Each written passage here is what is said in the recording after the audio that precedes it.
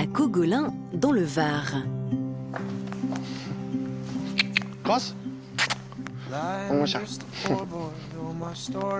Comme chaque matin, depuis 11 ans, Emmanuel commence sa journée par 45 minutes de rééducation.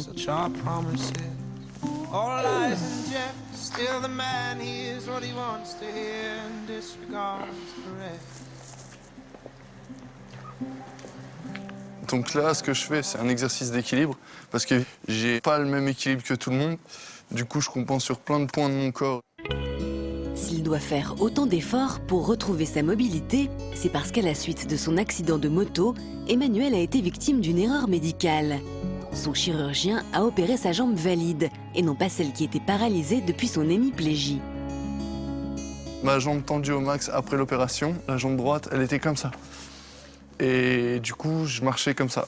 Ben là, j'ai étiré ma jambe le plus possible pour la faire passer de cette amplitude-là, comme elle était bloquée à ce niveau-là, à pouvoir la maintenir tendue. Et pour ça, j'ai passé des heures et des heures d'étirement, de douleur aussi, parce que ça me faisait bien mal. Depuis 2007, Emmanuel doit donc apprendre à vivre au quotidien avec ce double handicap. Si je m'étire pas le matin, je vais avoir la jambe beaucoup plus raide, donc je vais avoir un bout de bois à la place de la jambe. Et j'ai des grosses douleurs et j'arrive pas à marcher correctement. Ces mouvements-là, bien sûr, sont ancrés en moi, hein. C'est mon rythme de vie.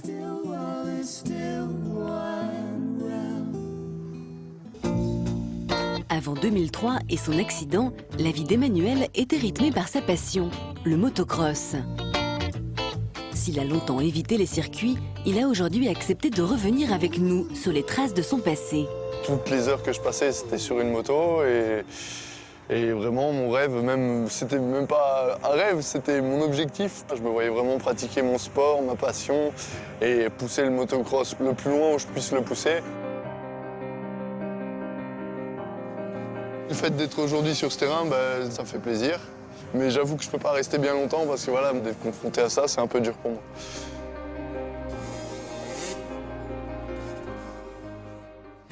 Ces 10 dernières années, Emmanuel a pu compter sur le soutien infaillible de sa mère, Corinne.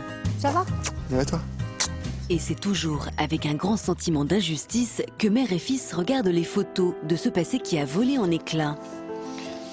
C'est vrai que tu étais vraiment très en forme. Tu avais tout ce qu'il fallait. Tout. Je me dis qu'à 15 ans, tu méritais pas ça. Tu étais un jeune homme plein d'espoir, plein de rêves. Quand je vois ces photos, je revis un peu ma vie d'avant, quoi.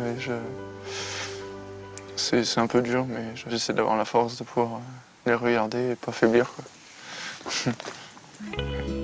Depuis l'erreur médicale dont il a été victime, Emmanuel n'a pas eu le courage de subir l'opération dont il avait réellement besoin à l'époque. Je suis conscient qu'il faut que je me fasse à nouveau opérer, mais ça a été un long combat quand même quand on a été trahi et qu'on n'a plus réellement trop confiance dans le domaine médical.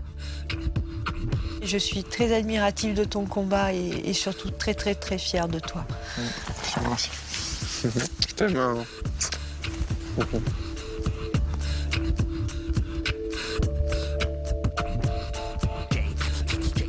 Après des années difficiles, Emmanuel a aujourd'hui retrouvé confiance en la vie.